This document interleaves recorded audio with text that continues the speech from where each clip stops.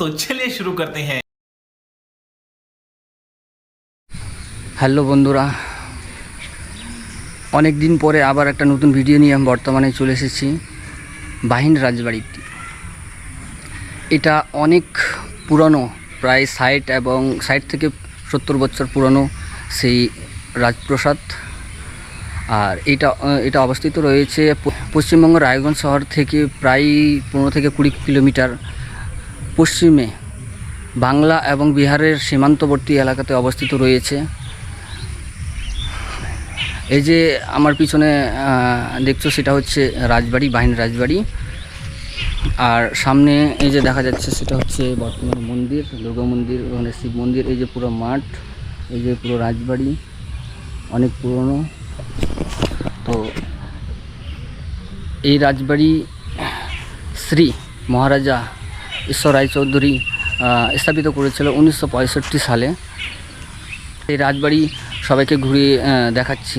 তো চলো রাজবাড়ি দেখি কি কি আছে দেখার মতো এবং কি কি ঘোরার মতো আছে। তো চলো। 1 hour later. এই যে আমার পিছনে দেখছো রাজবাড়ি, এটা 2010 সালে পশ্চিমবঙ্গ হেরিটেজ কমিশনের ঐতিহ্য স্থান লাভ করেছে। তো দেখতে পাচ্ছ এই যে আরও ঘুরে দেখাচ্ছি তোমাদেরকে। চলো ভিতরে চলো, দেখাচ্ছি আরও দেখার মতো কী কী দৃশ্য আছে।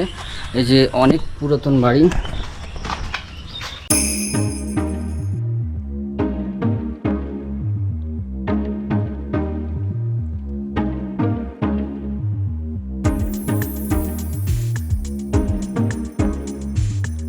A few moments later. বর্তমানে যাচ্ছি নৌকাতে, ঘুরবো সেই নাগর নদীর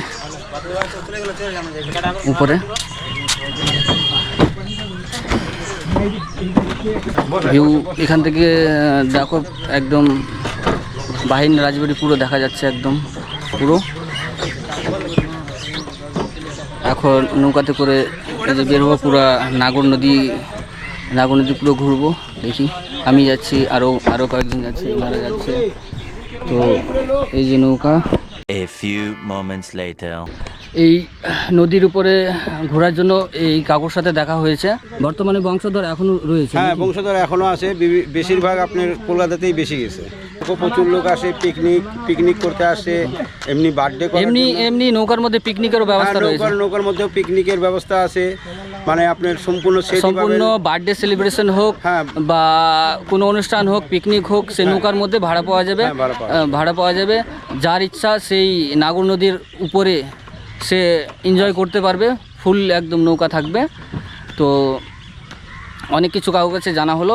আর কাকুর নাম্বারটা দিয়ে দেবো। যে অচেনা আছে সে যদি আসে তো কন্ট্যাক্ট করে সবাই আসবা, একদম ভালোভাবে ঘুরে যাবা রাজবাড়িতে।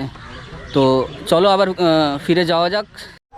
অনেক ঘোরাঘুরি হলো, নৌকায় ঘোরাঘুরি হয়ে গেছে। এখন বেরোচ্ছি বাড়ির উদ্দেশ্যে, এবং অনেক রাত হয়ে গেলো দেখতে পাচ্ছ। তো চলো বাইকের কাছে গিয়ে কথা বলছি এবং তারপর বের হয়ে যাচ্ছি বাড়ির উদ্দেশ্যে। অনেক ফান করলাম, চলো।